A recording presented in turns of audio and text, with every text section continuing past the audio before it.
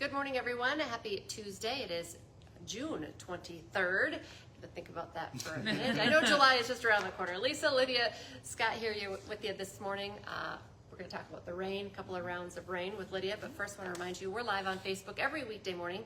Love it when you join us live, but it stays on your feed throughout the day. You can also check it out as a podcast. Just go to inform.com/podcast. Look for the Inform Minute. All right, pretty active day for weather. We're looking at some storms this morning and this evening. Yeah, two different rounds today for your Tuesday. The first one is just kind of noise more than anything. Downpours, thunder, lightning. Looks like it's starting to rain in downtown Fargo now. Had a nice little shelf cloud start to approach the region. So if you saw that stripe in the sky, that was the leading edge of the storm, the heavier rain. Again, downpours, thunder, lightning, that's about the worst of it this morning. As you travel to the north, you actually lose the thunder lightning part. You just have widespread areas of rain to start your Tuesday.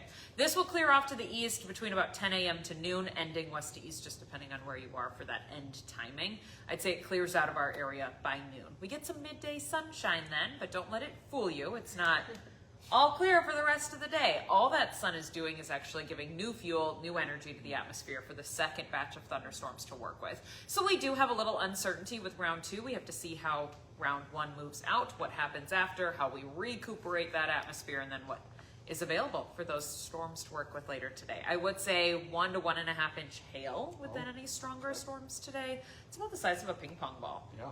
It's a That would hurt. decent chunk of ice. That would not feel good.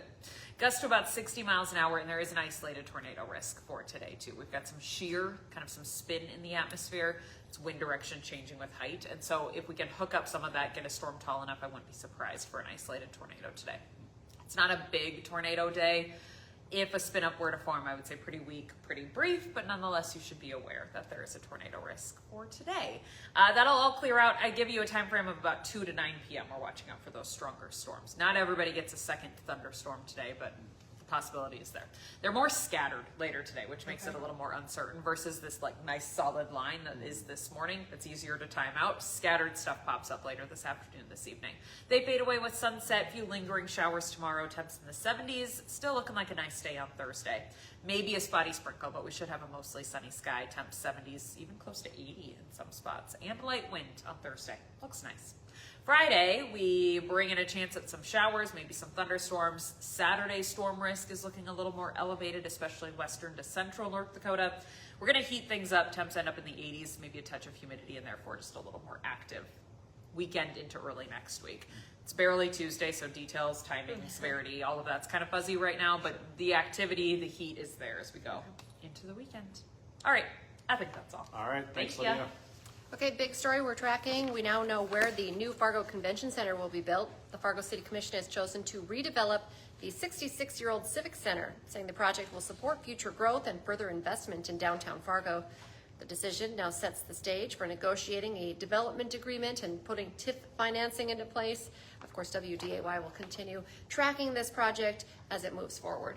And the new Resource and Recovery Center in Fargo is set to receive $144,000 in unused flood relief money.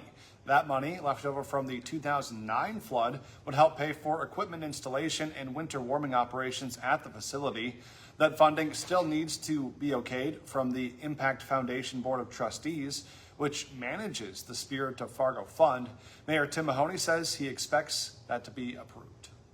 The commission also voted to eliminate the Human Rights Commission, despite a request to wait on a decision until the new commission is seated. So that's another big headline out Yep, of it was last a night's meeting. busy night for commission. And then that was the last commission meeting with Mayor Mahoney and 2 of the commissioners. So Right. next time they meet, they'll meet new faces. All right, 2 weeks after Election Day, we finally get a winner in Grand Forks because they're recounting the votes today in a tight city council race. That recount officially starts at 9 this morning. Votes will be inspected and counted in person. As the vote stands now, Ward 2 incumbent Rebecca Osowski beat challenger Ryan King by 2 votes. A Horace man is facing a decade in prison after he admitted to shooting and killing his girlfriend. Derek Lobo faces between 4 and 10 years in prison when he's sentenced this fall. Prosecutors say he shot Sakina Kadi in the chest as she was lying on a couch inside their Horace apartment last November. Investigators say he then ran from the scene, leaving the gun behind near his 2-year-old daughter. Lobo initially told investigators he wasn't familiar with the gun and that it fired accidentally, but investigators say photos and videos found on his cell phone show he knew how to use that weapon. President Donald Trump's upcoming visit to North Dakota is impacting summer plans for some tourists in Medora. The Medora musical has canceled shows on June 28th, June 30th, and July 1st. The Pitchfork Steak Fondue will also be closed. The Birding Hills Amphitheater will be shut down for security preparations as the president is coming. About 2,000 ticket holders are affected. President Trump is scheduled to be visiting Medora on July 1st. A big meeting starts today that will determine if the Bison will be eligible to play in a bowl game this season as they join the Mountain West. The NCAA Division I cabinet meets today and tomorrow. Of course, on the agenda, a vote to eliminate that postseason ban for teams jumping from FCS to FBS.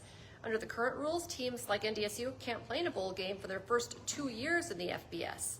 This week's cabinet vote is the final step in this process. And today on Hot Mic with Dom Izzo, Dom will be diving further into that decision and what it means for the Bison football program.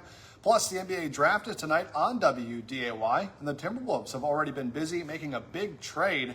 A look at some of the players they could potentially draft tonight and dissecting that trade for the Wolves. Hot Mic is live from 9 to 11 on WDAY Extra and Inforum.com. And now's a great time to get that Inforum.com subscription. 99 cents a month for your first 3 months. Just go to Inforum.com/subscribe to check out our deals. Join us for the rest of our newscast today. Our next one's at 11, then 4, 5, 6, 9, and 10. Have a great day, everyone.